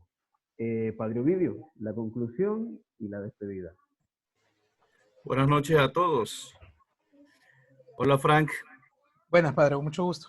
Te agradecemos infinitamente el que hayas compartido estos momentos con nosotros. No, les agradezco la invitación. Nuestra parroquia, Nuestra Señora de Belén, te agradece profundamente. Somos una parroquia en camino a eso, a madurar nuestra fe cada día y creo que los laicos, estos espacios, como lo ha dicho por ahí Ricardo, estos espacios deben existir siempre en la iglesia para formarnos, para hablar, para expresarnos, para escucharnos, y eso nos ayuda a madurar nuestra fe.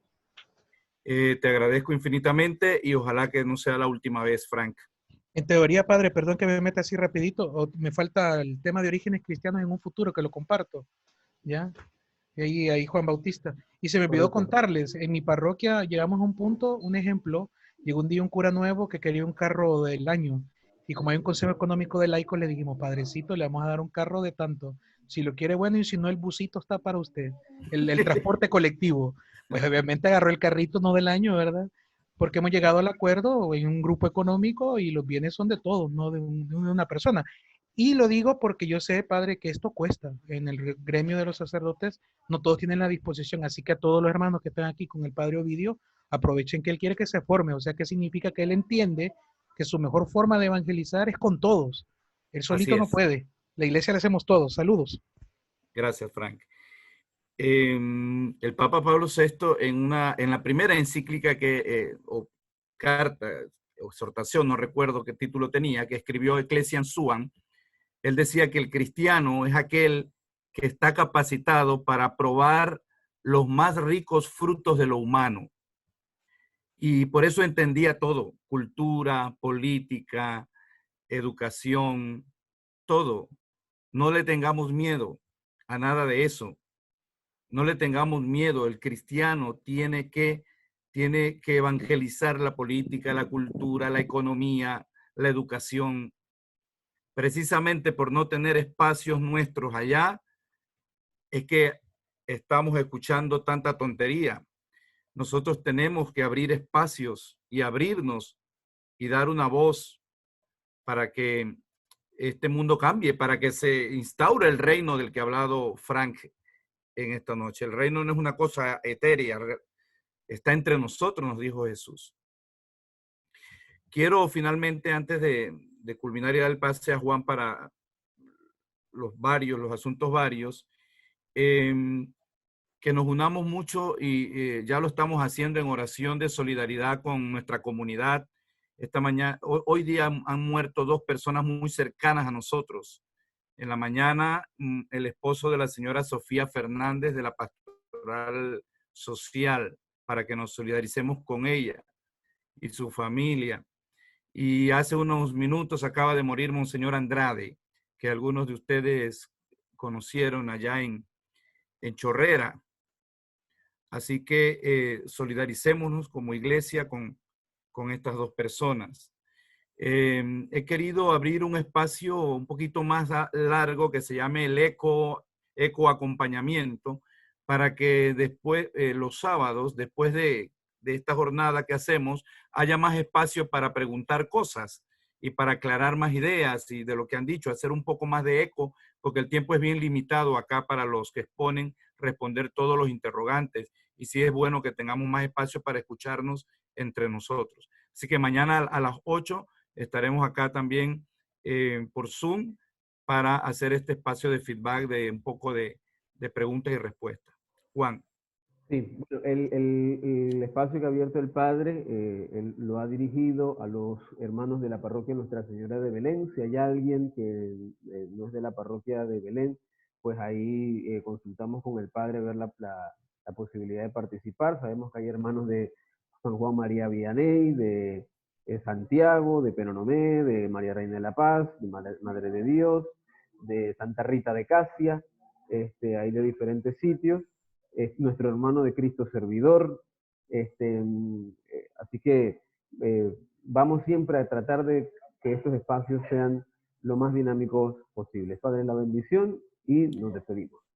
Que el Señor esté con ustedes y la bendición de Dios Todopoderoso, Padre, Hijo y Espíritu Santo, nos acompañe siempre.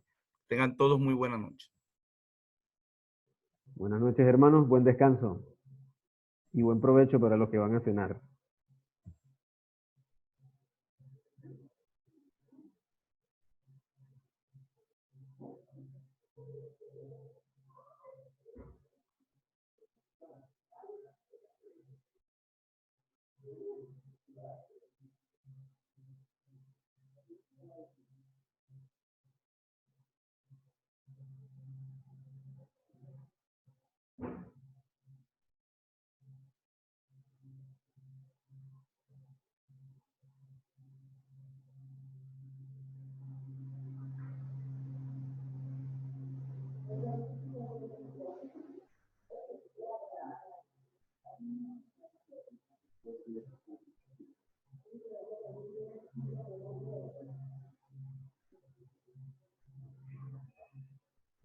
¿Ese es tu niña, Frank? Vení, Nazaret. Sí, ahorita. Te la presento. Ahorita. Vení, mi amor. Vení. Te quieren conocer. Ahorita. Para que escuche. Pero si es igualita a su padre. Hola, dígale. Hola. Hola, ¿cómo estás? Te llamo Nazaret, dígale. Me llamo Nazaret. ¿Y cómo te portas, Nazaret? ¿Cómo te portas? Muy bien. Ay, qué Bien. linda. Gracias, Juan. Entonces, yo creo que Blay te hizo llegar el escrito, ¿verdad? Sí, me lo hizo llegar y lo vamos a subir al aula virtual. No, bueno, ahí okay. no te preocupes. Vaya, Nada, ahí... muy agradecido contigo, de verdad. Un gustazo conocerte. Sí, gracias. Y nada, todavía tenemos otro pendiente que es el de la iglesia primitiva. Sí, eso va a estar interesante. Ya. Bueno, entonces quedamos. Con gusto y cualquier cosa ahí con Blay más fácil para contactarme. Listo, nada más falta que Vladimir nos dé el que va a darme el nil obstat y el imprimatur de tu texto. Sí, no, si él es el prefecto para doctrina de la fe, acá es él. Definitivamente.